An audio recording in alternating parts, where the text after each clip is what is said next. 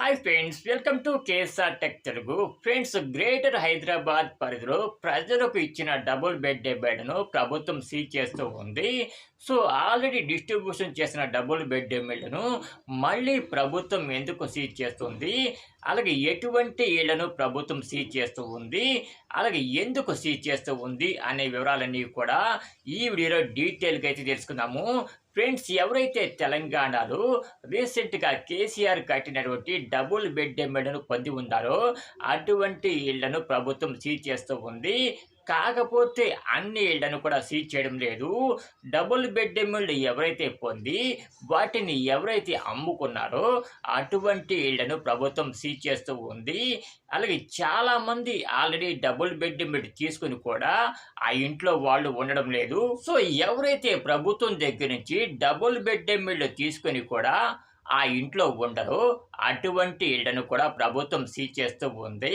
అలాగే వీటితో పాటు మరికొన్ని రకాల డబుల్ బెడ్ను కూడా ప్రభుత్వం సీజ్ చేస్తూ ఉంది. చాలామంది డబుల్ బెడ్ను వేరే వాళ్ళకు అమ్ముకోవడం కూడా జరిగింది. సో ఎవరైతే ఇలా డబుల్ బెడ్ తీసుకొని వేరే వాళ్ళకు అమ్ముకున్నారో అటువంటి డబుల్ బెడ్ను కూడా ప్రభుత్వం సీజ్ చేస్తూ ఉంది.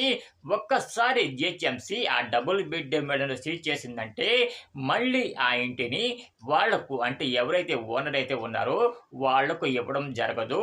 సో ఎవరైతే తెలంగాణలో L2లో ఉన్నారో, అంటే లిస్ట్ 2లో ఉన్నారో అటువంటి వారికి, అది కూడా వికలాంగులకి, నిరుపేదలకి ఆ డబుల్ బెడ్ ఇవ్వడం జరుగుతుంది. ఫ్రెండ్స్, ఈ డబుల్ బెడ్ను ప్రభుత్వం ఎలా సీజ్ చేస్తుందో ఒకసారి వివరంగా చెప్తాను. ఎక్కడ కూడా స్కిప్ చేయకుండా చూడండి. ఫ్రెండ్స్, మీలో చాలామంది ఒకే ఒక్కడు సినిమా చూసే ఉంటారు కదా. ఆ సినిమాలో అర్జున్ ఏం చేస్తాడంటే డబుల్ బెడ్ను కొంతమంది పేదలకు ఇవ్వడం జరుగుతుంది. ఆ పేదలు ఉండాల్సిన డబుల్ బెడ్లో ఎవరు బలిసిన వాళ్ళైతే ఉంటారనమాట. అంటే వీళ్ళకి ఎంతో కొంత ముట్ట చెప్పేసి ఆ ఇళ్లను వాళ్ళు లాక్కోవడం, ఆ ఇంట్లో వాళ్ళు ఉండడం జరుగుతుంది. సో అర్జున్ ఆ ఇంట్లోకి వెళ్ళి వెంటనే మీరు డబుల్ బెడ్ ఖాళీ చేయాలి, అంటే మీ ఇంటిని ఖాళీ చేయాలి, లేదంటే మిమ్మల్ని లోపల వేసి చెత్త కొడతామని చెప్పేసి ఆ ఇంట్లో ఎవరైతే బలిసిన వాడు ఉంటున్నాడో వాడికి వార్నింగ్ ఇవ్వడం జరుగుతుంది. సేమ్ అదే తరహాలో ఇప్పుడు ప్రభుత్వం కూడా డబుల్ బెడ్ను ఎవరైతే కొనుగోలు చేశారో అటువంటి వారి ఇళ్లను సీజ్ చేస్తూ ఉంది. అటువంటి వారికి ఎటువంటి వార్నింగ్ కూడా ఇవ్వరు.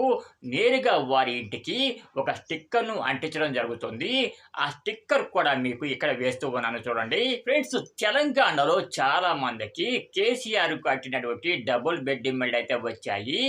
కానీ వాడు, అంటే ఎవరైతే డబుల్ బెడ్ పొందారో అటువంటి వారు డబుల్ బెడ్ ఇంటిలో ఉండడం లేదు. ఆ ఇంటికి వాళ్ళు తాళం వేసి వేరే చోట అయితే ఉంటూ ఉన్నారు. సో ఇలా ఎవరైతే డబుల్ బెడ్ పొంది కూడా ఆ ఇంట్లో ఉండడం లేదో అటువంటి వారి ఇంటిని కూడా ప్రభుత్వం సీజ్ చేస్తూ ఉంది. అంతేకాదు, ఒక్కసారి సీజ్ చేసి ఆ ఇంటికి స్టిక్కర్ కనుక అంటించినట్లయితే ఆ ఇంటిని మళ్ళీ వాడుకు అప్పచెప్పరు. సో ఇదైతే జరగదనమాట, గుర్తుంచుకోండి. ఫ్రెండ్స్, తెలంగాణలో ఎక్కడైతే డబుల్ బెడ్ కట్టారో కట్టిన ప్రతి ఒక్క బ్లాకులోకి, ప్రతి ఒక్క అపార్ట్మెంటులోకి ఒక 10 మంది కలిసి అధికారులు రావడం జరుగుతుంది. అధికారుల్లో చాలామంది పోలీసులు అయితే ఉంటారు. వారితో పాటు కొంతమంది రెవెన్యూ సిబ్బంది కూడా ఉంటారు. అలాగే ఆ ఏరియాకు సంబంధించిన కార్పొరేషన్ సిబ్బంది కూడా కొంతమంది అందులో ఉంటారనమాట. అప్పటికప్పుడే మీ ఇంటిని సీజ్ చేయడం జరుగుతుంది. జాగ్రత్త.